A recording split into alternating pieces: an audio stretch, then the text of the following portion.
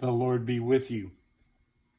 A boy named Tommy was 13 years old.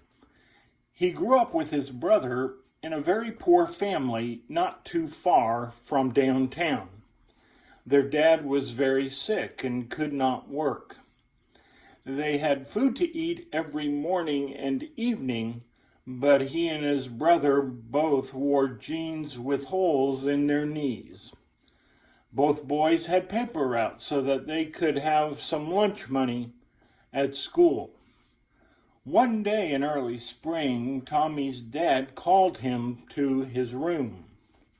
"Son," he said, "your mother and I have been saving up money all year so you can play on a baseball team. I just wanted you to know that you're going to play baseball this summer." Tommy jumped to his feet and hugged his dad. He could hardly believe it. He knew that playing baseball cost a lot of money. He needed baseball shoes. He needed a glove. He also knew that his dad couldn't afford all of that.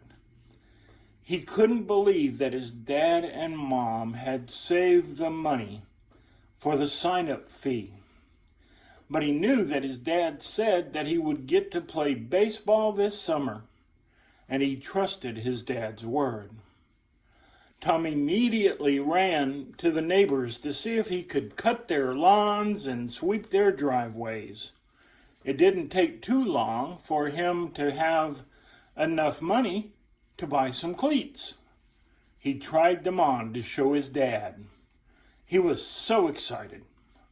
Next, he saw a baseball glove at the corner drugstore and began to work and save his money for that. It wasn't long until he had it. Now he could begin practicing. Every day after school, he threw an old tennis ball he had found against the side of the garage so he could practice throwing and catching the ball. He thought he might be able to be a pitcher, so he drew a square on the garage wall with a piece of chalk and began throwing the tennis ball at the square. Soon he could put the ball in the square every time. Finally, the day came for sign-ups. He and his dad walked down to the park and waited in line. The boy looked at all the coaches and all the boys at the sign-ups. That was the last time Tommy's dad would take him to the park.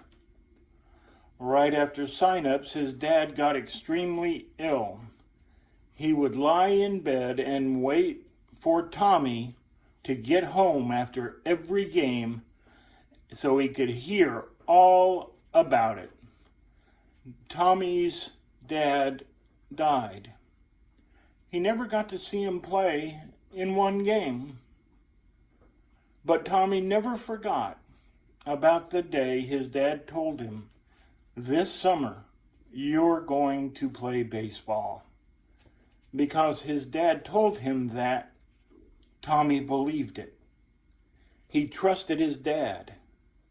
Then he worked like crazy to make what his dad had told him come true. And he received what was promised. That is how faith and works operate together. Good works don't create our faith. Our faith creates our good works. James 2:26 says, "As the body without the spirit is dead, so faith without deeds is dead." I have been in the room of so many people on the day of their resurrection. That moment when the spirit leaves the body, when the spirit goes to meet our God face to face, can be terrible to behold. That body is so very still. No facial expressions, No rising and falling of the chest as the lungs inhale and exhale. Just utter stillness and total silence. James tells us that the relationship between faith and deeds is just like the relationship between body and spirit.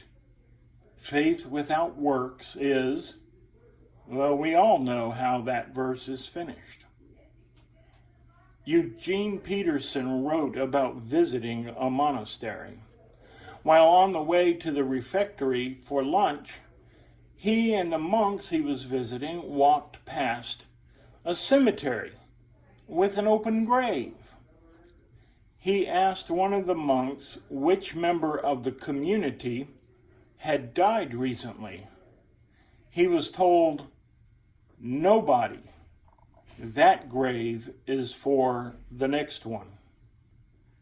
Every day, 3 times a day, as they walked to eat, the members of that community are reminded of what too many of us find so difficult to contemplate, that one of us is going to be the next one.